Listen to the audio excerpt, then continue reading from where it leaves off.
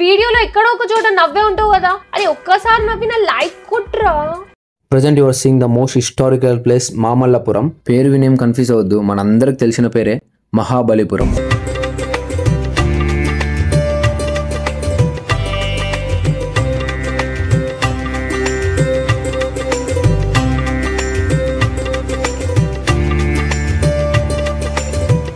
Place వచ్చేసి చెన్నై అవుట్కట్స్ లో ఉంటుంది.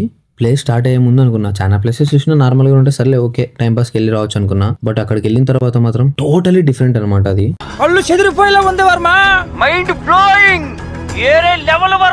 అక్కడ 3 టెంపుల్స్ ఉంటాయి, మూడు ప్రత్యేకలు కలిగి ఉంటాయి. కానీ ఈ 3 ప్లేస్లలో మీకు రథాష్ టెంపుల్, షోర్ టెంపుల్ అనేది సేమ్ లాగా అనిపిస్తాయి. అంటే మేబీ ఇట్స్ డిఫరెంట్ బట్ కొంచెం సేమ్ ఉంటాయి.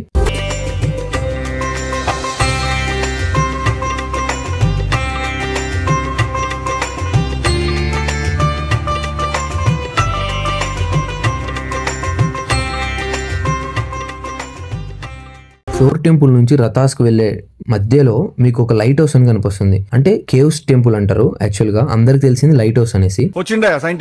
ఆ 3 ప్లేస్లలో నాకు ఈ ప్లేస్ చాలా డిఫరెంట్ అనిపిస్తుంది. ఎందుకంటే ఈ ప్లేస్ వచ్చేసి టాప్ ఆఫ్ ద హిల్స్ అనమాట, పైన ఉంటుంది, కొండల పైన ఉంటది. అక్కడ నుంచి నువ్వు ఒక్కసారి వ్యూ చూస్తే బీచ్, ఆ 2 ప్లేస్లు, ఈ ప్లేస్ మొత్తం కవర్ చేయొచ్చు. అండ్ హైలైట్ ఏంటంటే అక్కడ ఉన్న గ్రీనరీ. నువ్వు వింటర్ లో గానీ లేదా స్ప్రింగ్ సీజన్ లో గానీ వెళ్తే, సౌండ్ ఏం కట్ కాలేదు చెక్ చేయొద్దు, దాని అర్థం ఏంటంటే నో వర్డ్స్ అని.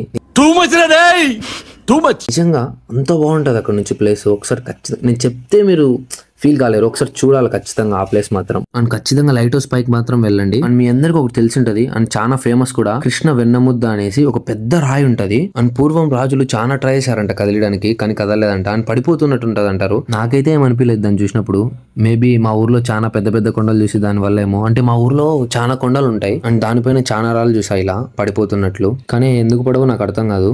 Maybe you know any divine secret behind of it, just comment below. And ఈ ప్లేస్ హిస్టరీ విషయానికి వస్తే ఇది 7th centuryలో ఎస్టాబ్లిష్ చేసినారు.